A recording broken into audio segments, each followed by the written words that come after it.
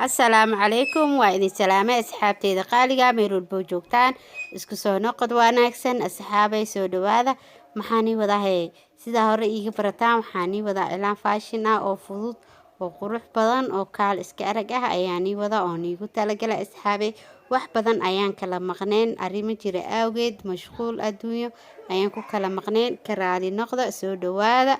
insha Allah hadda kadib mar walba waxaan soo gali doonaa cilaamo fashion ah oo aad u qurux badan oo ka heli doontaan asxaabtii hore ila joogtay aad ayaad u mahadsantihiin asxaabta cusub waxaan leeyahay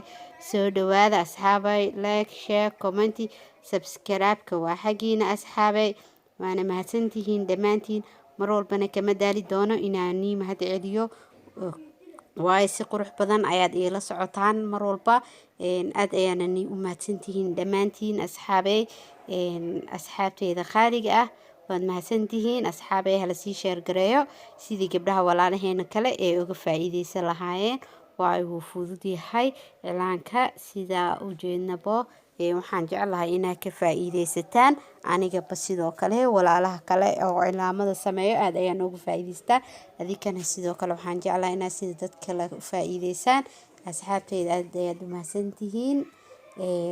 war yaan igu daalinin marka dhammaantiin waad mahadsantihiin soo dhawaada